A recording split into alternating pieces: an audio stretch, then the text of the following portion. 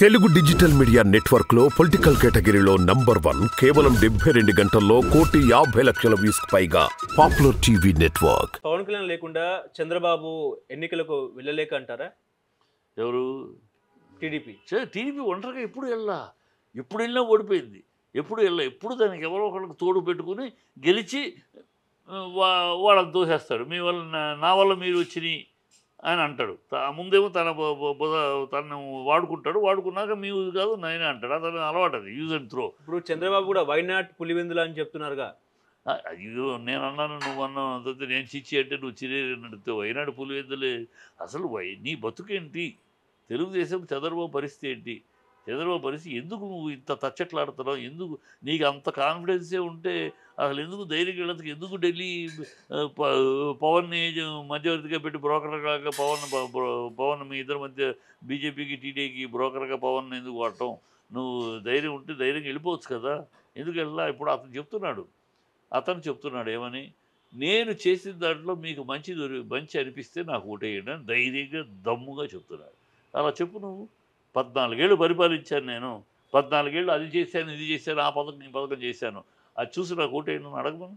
ఎందుకు అడగలేడు ఆ మాట? నువ్వు చేసిన దౌర్భాగ్యం కనుక. నువ్వు 600 ప్రామిస్ ఇస్తే నా భ్రష్టు పట్టించావు కనుక. ఒక బాబు వస్తే జాబ్ అన్నావు, ఏమీ లేదు. బాబు వస్తే రుణమాఫీ అన్నావు, ఏమీ చేయలేదు. అన్నీ అబద్ధాలు, అన్నీ ఈ అమరావతి అని చెప్పేసి రియల్ ఎస్టేట్ తప్పితే నువ్వు అమరావతి 5 ఏళ్లలో రాంచీలు కట్టారు బ్రహ్మాండంగా. 5 ఏళ్లలో నీ కట్టానికి కుదరలా. నీ చిత్తశుద్ధి లేదు. బడ్జెట్లో ₹1 కోటి వేస్తావు సంవత్సరానికి. 5 సంవత్సరాలకు 5 కోట్ల అమరావతికి. నీ చిత్తశుద్ధి ఉంటే సంవత్సరానికి 5 కోట్లు వేస్తుంటే 5 ఏళ్లలో 25 కోట్లు బ్రహ్మాండంగా అయిపోయి ఉండదు కదా. ఎవడొచ్చి ఏం చేయగలిగాడు? నువ్వు చిత్తశుద్ధి లేదు, రియల్ ఎస్టేట్ తప్పితే ఇంకోటి లేదు. సో ఇవన్నీ ఏం చెప్పలేవు. నువ్వు 140, నువ్వు 9 ఏళ్ళు ఉన్నప్పుడు కూడా 143 కేంద్ర సంస్థలు వస్తే ఒకటి నువ్వు ఆంధ్రాకి ఇవ్వాలి. అన్నీ హైదరాబాద్, వరంగల్లో అని చెప్పి తిప్పుకున్నావు. అదేదో సంస్థానం కియా అని చెప్పారు కదండి. కియా చంద్రబాబు తీసుకొచ్చారు. పచ్చి అబద్ధాలు తప్పితే అది గుజరాత్కి వస్తే మోడీ గారు పంపించారు. మోడీ గారు మీరు కొత్త రాష్ట్రం అక్కడికి వెళ్ళండి, అక్కడ పెట్టండి అంటే మోడీ పంపిస్తే వచ్చారు వాళ్ళు. ఈయనేమి వెళ్ళి తెచ్చేది కాదు, బొచ్చు కాదు. కథలు చెప్తే ఎట్లా జనాలకి? ఇవన్నీ ఏమి తీసుకొచ్చి అక్కడికి టూర్ వెళ్ళాడు ఫారెన్ అని 3 లక్షల అదే 30,000 కోట్ల ఎంఓఎల్ చేసామన్నారు. ఏది 5 ఏళ్ళలో? 5 ఏళ్లలో 80 లక్షల ఎంఓఈలే వచ్చింది. పేరు చెప్పడం, డ్రామా చెప్పడం తప్పితే నథింగ్. ఆయన ప్రజలకు చెప్పలేడు నేను ఇది చేశాను నాకు ఇవ్వండి అని. వైజాగ్ స్టీల్ ప్లాంట్ నీదే కాదు దౌర్భాగ్యం. వైజాగ్ రైల్వే జోన్ నీదే, నీ వల్ల నిర్వాహకమే. ఆ రోజు వైజాగ్ రైల్వే లైన్లు 7 రైల్వే లైన్లు భువనేశ్వర్లో కలుపుతా అంటే చూస్తూ కూర్చున్నావు దద్దమ్మలాగా. ఎలా కలుపుతారు? అది అలా రైల్వే లైన్ తీసుకెళ్ళి అక్కడ కలిపితే రేపు రైల్వే జోన్ ఏమవుద్ది అని అడగాలి. నోరు మూసుకు కూర్చున్నావు. కడప స్టీల్ ప్లాంటు ఐరన్ ఓరు ఎలాంటి లీగల్ హజల్స్ లేకుండా కంటిన్యూస్ సప్లైకి ఏం చేస్తారు? అక్కడ లేదు ఐరన్ ఓర్, కడపలో లేదు. 20,000 కోట్లు పెట్టి అక్కడ కట్టినాక ఐరన్ ఓర్ బయట నుంచి రావాలి. ఐరన్ ఓర్ బయట నుంచి వస్తున్నప్పుడు ఇబ్బంది లేకుండా పర్మనెంట్ సెటిల్మెంట్ ఏంటి? గబుక్కురు వాళ్ళ మధ్యలో మానేస్తే ఏమైపోతుంది? 20 కోట్ల పెట్టుబడి. కానీ ఇదేంటి దానికి చేయమంటే చివరిదాకా నువ్వు పదవి దిగిపోయేదాకా చేయలేదు. ఇలాగ రాష్ట్రానికి మహత్తరమైన ద్రోహం చేసిన వాడు చంద్రబాబు. అందుకని నేను అది చేశాను చెప్పలేడు. చెప్పను, దమ్ముంటే చెప్పను. ఎవరు లేరు. నువ్వు ఇంత ప్రగల్భాలు మాట్లాడేందుకు? వైనాడు పులివెందుల వైనాడు నువ్వు రా, నేను చేసింది ఇది, అందుకని నాకు ఓట్లేదు నా అడుగు ప్రజల్ని. ఎందుకు ఆ దమ్ము లేదు? నువ్వు అడగలేవు. నువ్వు అన్నీ చేసిన దౌర్భాగ్యాలు, అన్నీ చేసిన.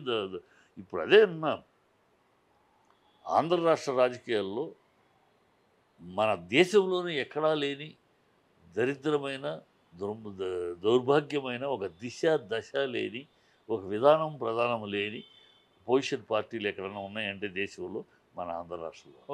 ఈ ఆంధ్ర రాష్ట్రంలో ఉన్న అపోజిషన్ పార్టీల యొక్క దౌర్భాగ్యపు స్థితే అతనికి పెట్టుబడి. ఇప్పుడు తెలంగాణలో బీజేపీ గత అసెంబ్లీ ఎన్నికల్లో బీసీ సీఎం నినాదంతో ముందుకెళ్లిన పరిస్థితి. ఇప్పుడు అదే బీజేపీ ఏపీలో కూడా కాపు సీఎం అనే అభ్యర్థితో ముందుకెళ్లే అవకాశం ఉన్నదని ఒక చర్చ. ఒకవేళ అదే జరిగితే రేపో మాపో కాపు సీఎం అభ్యర్థినే ప్రకటిస్తారని చెప్పేసి ఇంకో చర్చ. నిజమే అంటారా? బీజేపీ అన్నీ ఇప్పుడు తెలంగాణలో బీసీ స్టేట్ అన్నారు. ప్రెసిడెంట్గా బండి సంజయ్ బీసీ ప్రెసిడెంట్ బ్రహ్మాండంగా పార్టీని ముందు తీసుకెళ్తాడంటే భరించలేక కళ్ళు గుట్టి అతను దింపేదాకా అగ్రవర్గాల వాళ్ళు అతను పార్టీ నుంచి పదవి నుంచి దింపేదాకా నిద్రపోలా. ఆయన దింపేసేసి మేము బీసీలు చేస్తామంటారు. ఒక ఓటు 2 స్టేట్లోని ఎలాడో అన్నారు, చేయలా. ఇవాళ కాపోడు వీళ్ళు మాట్లాడుతూ ఉంటారు.